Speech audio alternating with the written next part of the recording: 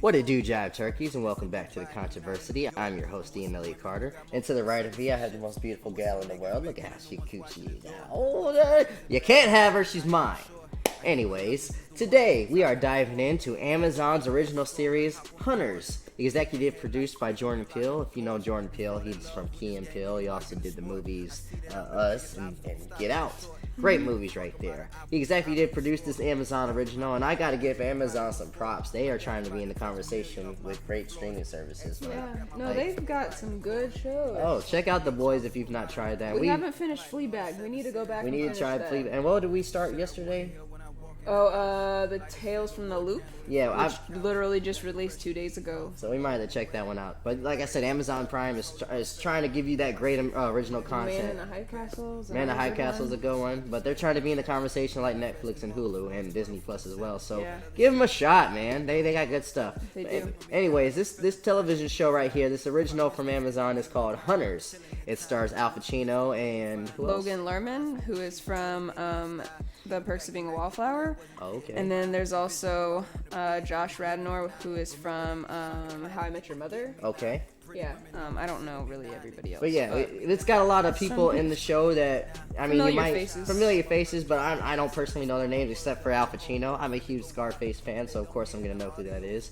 But yeah, the premise of the show is like it's set in the 70s, 1977, and it's a bunch of Jews or a couple of Jews that are tracking down Nazis living in America.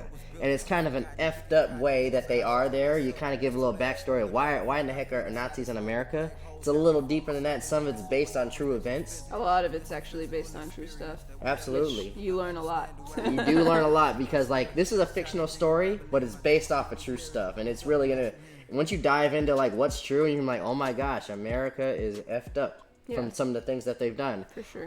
It kind of has the same premise as like Inglourious Bastards by Quentin Tarantino, but I'd say Quentin's movie is it's set in World War II.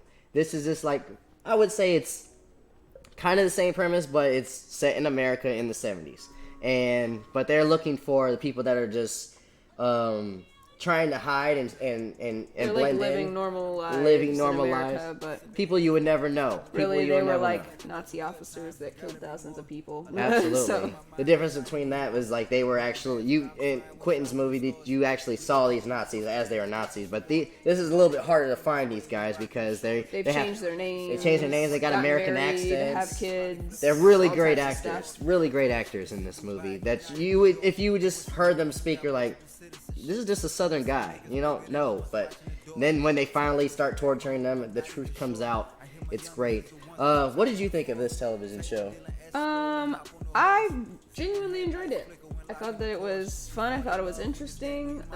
It left me very puzzled at a lot of times throughout it. I was like, what is going on right now? And I mean that in like the best way. It's not that you can't follow it. It's just like, wow. Like, this is insane what's happening right now. And you know what's crazy? I'm into conspiracy theories a lot. I like to check them out. I like to hear a little bit. And I'm also I'm into World War II type stuff. Some of the stuff that they broke down in here, I'm like, oh my goodness. They're actually putting this in the television show. There's theories that you hear about, you know, Nazis living in America. There's theories about Hitler being alive. There's theories about poisoning the public. And there's theories about why people actually hate the Jews and stuff like that. They throw it all in there. Stuff that I've actually researched and I'm like, holy crap.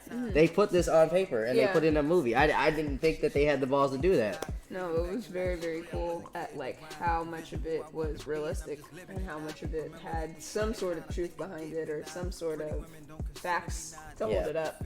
And there's 3 stories going around. Like there's a story with Al Pacino's character where he is a character that survived the Holocaust, and his sole duty is to bring justice. And then you got this boy that's kind of an orphan now that his grandma died, and he's following in her footsteps to do that. Then you got other people that one's an actor, he's an actor. One's a next to none. Another one's a cop that's really, really smart. Like, she's figuring it all out, and the deeper that she goes down this hole, the more she becomes a target for not just the Nazis, but the Nazi hunters and everybody, and the police in general. And then you got like politicians that are involved too. Oh, like it gets crazy. Really, It gets crazy. I think that something that I disliked or got confused about, I think, was the style that they were kind of going to go with, because the very first episode, it's very, very serious, and you're like, wow, this is deep, I love this, you're like really into it. And then the next episode, it's like feels cartoony and like kiddish and just not very serious anymore. And then it goes back to being very, very serious for the next few episodes. And then you have episodes randomly, I feel like more kind of towards the like later middle end where they're sprinkling in, like you said, like the cartoony, playful stuff, and it kind of threw it off to me. I agree with you. Like, I said that to you when we watched it. I was like, what is the tone of this series? Yeah. But then, like, I mean, if they would have did that in episode 1 and just, like, randomly did it, I would have been like, okay. But, like, it felt weird that it felt like it wasn't evenly spread out. Like, they threw it in, took it out, threw it in. Yeah. And then sprinkled it the rest of the time, and it was a weird balance. And one thing I will also say, sometimes the pacing, it kind of drags a little bit. Sometimes it does.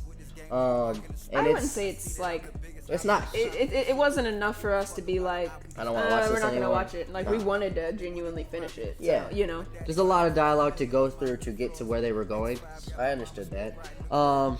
But yeah, there was a lot of great stories in here. But let's dive into a little bit of spoilers. This is your spoiler warning right now. If you don't want to be spoiled, go check out Hunters right now on Amazon Prime and come back and we'll check and listen to what we got to say. So spoilers.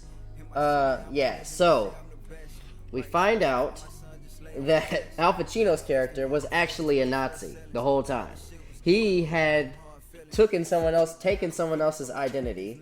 That was a Jew that he actually knew from the concentration camp that he actually tortured. Yep. And you find out that, you know, he didn't really want to be a Nazi. He was just, what is that? He's a surgeon. He's a surgeon, and they gave him that power, and he decided to go a little crazy with it. Yeah. And that's an experiment that they've done after, actually, World War II. The Stanford prison experiment. They did it in, like, the 70s. They did. And I think they did that experiment because they were trying to figure out why they would do this. Like, what made them tick. And you give somebody a little bit of power, they might go a little bit crazy. So I think that was the origin of why he did what he did when he was a Nazi. Right. And I think he kind of did feel bad about it, but he also wanted to save his ass. He didn't want to be hunted down and killed himself.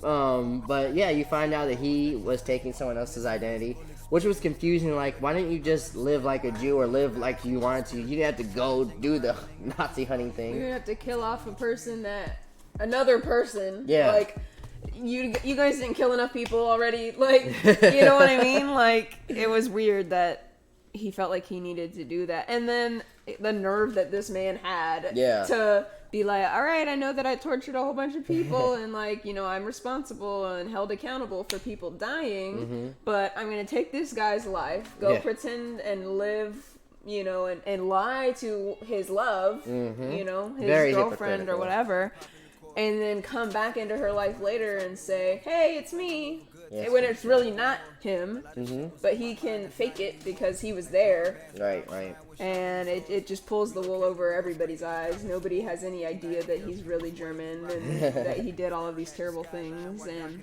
it's just awful. It was awful. And you're over here thinking... It made me so sad because I loved his character. And I was like, wow, what a dick. Yeah, he was a great character. He was like, you're over here siding with him like, man, please listen to this guy. These Nazis don't need to be alive. You know, handle your business.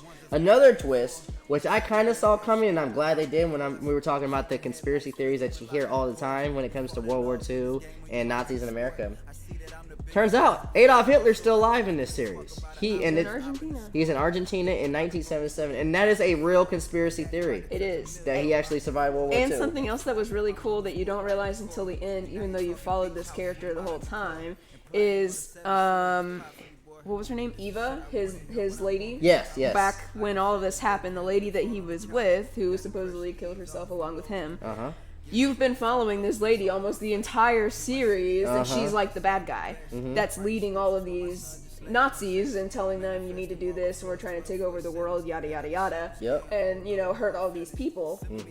It was really her the whole time, but you don't realize that until the end when you see Hitler that was Eva. Yep. It was really cool how they did it. That was very cool, and I'm actually really excited to see the sequel if they actually do season I hope 2. they do. But it seems like they're going to. You don't just kidnap a man and bring him to Adolf Hitler's house and then like, all right, that's the end of the series. Yeah, that would be messed up. The I'd be Asian really character, upset. which I forgot his name, that had PTSD, he's actually kidnapped and he's in Argentina at Hitler's house, about to have food with a bunch of kids. Al Pacino's character is dead now, which I don't object to that. I would have loved to see Al Pacino a little bit more, but at the same time, I get it. But I think they put Al Pacino in this because they wanted to bring people in. He's gonna bring people in there. I mean, he's one of the biggest names to ever exist in movie history. So Absolutely, of course it's gonna work. and I think they could do it without him. I do. He did a great job for his character in the television show, but now that he's gone, I think I think you've learned promotion- enough about all the other characters at this point to yeah. be invested in them and want to know what else that they can do without having to have Pacino. Absolutely. Without having to have him lead it. Because they were, at the end, it shows them doing it. Like, For sure. they are capable of doing everything that they did with Pacino or Meyer in the show. And one more thing I forgot to mention. They mentioned the cop lady, which was one of my favorite characters. She was approached by a Jewish FBI agent, I believe, and they said, "Hey, listen." She was running for like a political office. Yeah. Yeah. So the thing is, these guys were doing stuff underneath the book. They were just doing it illegally. They were doing it because it was the right thing to do. But obviously, sometimes the right thing to do is not a legal legal way of doing It it. includes killing people, which if Exactly. you were caught, you'd be going to jail. So. Absolutely. So I think she joined these guys, but she was also still a cop, and she's starting to realize these cops are crooked and stuff like that. Some of them are working with the Nazis. She got approached to be pitched like, listen, you can continue doing this under the books with our team, and you can get your own team. Obviously, she's going to recruit the hunters Right. to do it legally, and it seems like they're going to go off after the big face himself, Adolf Hitler.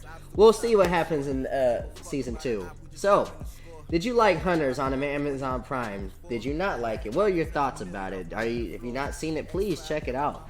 Let us know what you thought about the show. Like I said, please subscribe to the channel. Love, peace, and chicken grease. Help keep brother and sister off the streets. Yeah. And be safe out there. Love, peace, and chicken grease. Bye. Bye.